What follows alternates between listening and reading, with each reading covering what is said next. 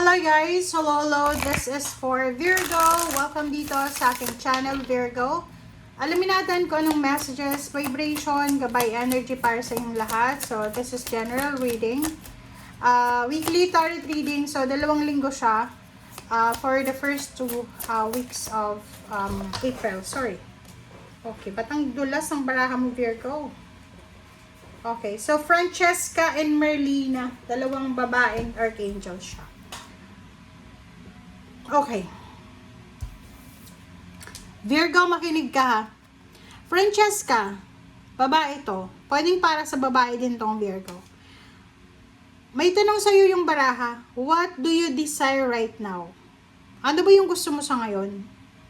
Ano ba yung plano mo? Ano ba yung gusto mo? Kasi sinasabi ng baraha sa'yo na kinakailangan mo daw mag-manifest sa 2 linggong ito. You need to visualize and it will come about.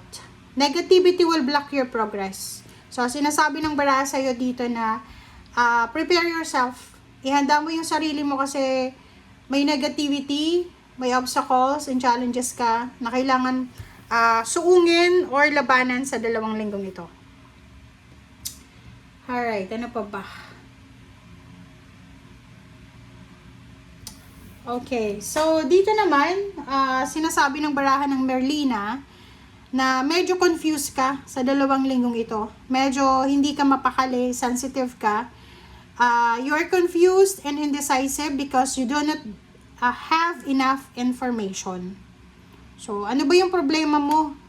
Kasi etong barahang to, parang medyo imbalance ka eh. Medyo hindi ka makatulog sa gabi, confused ka, hindi ka makapag-desisyon kasi wala kang alam eh.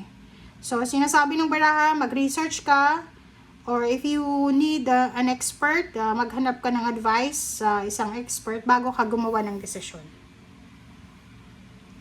Alright, so let's check. Virgo.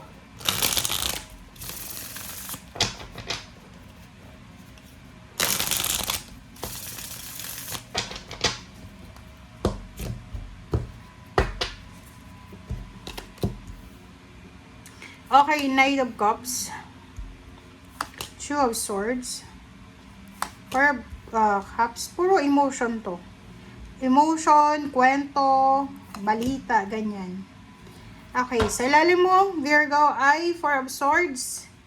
And 6 of Wheels, Page of Swords, and Hangman. Oh, talagang problema to. Talagang problema to, guys.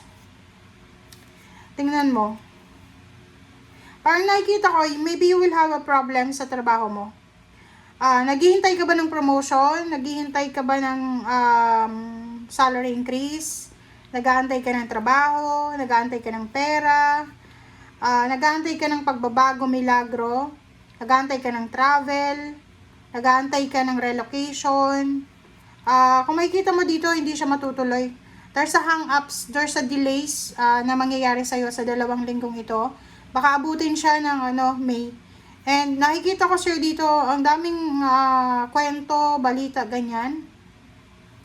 Sinasabi ng baraha, medyo ka ngayon, 2 linggong ito, medyo stress ka, sensitive yung emotion mo. And kailangan mo ng tulong sa ngayon. Financial help and emotional help. Okay, let's verify.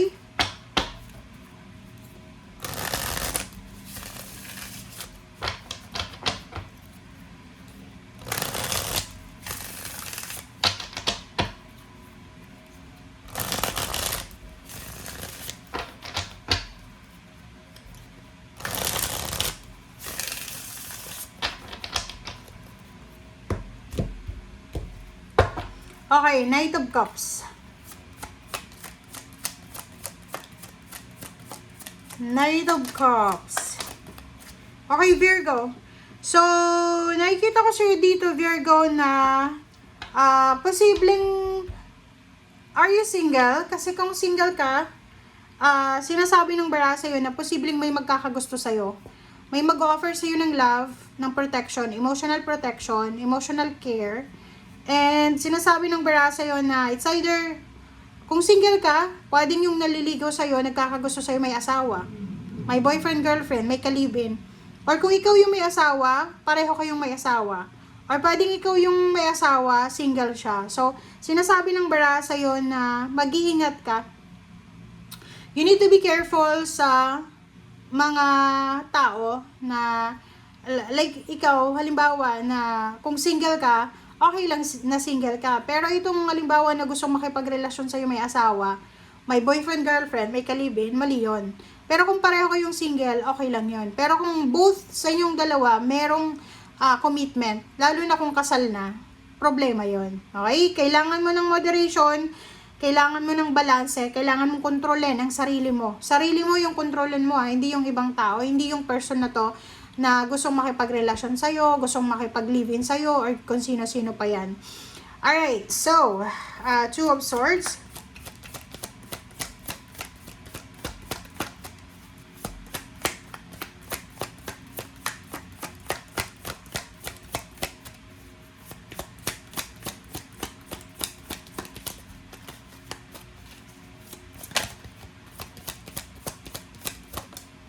Okay, Two of Swords, Eight of Earth.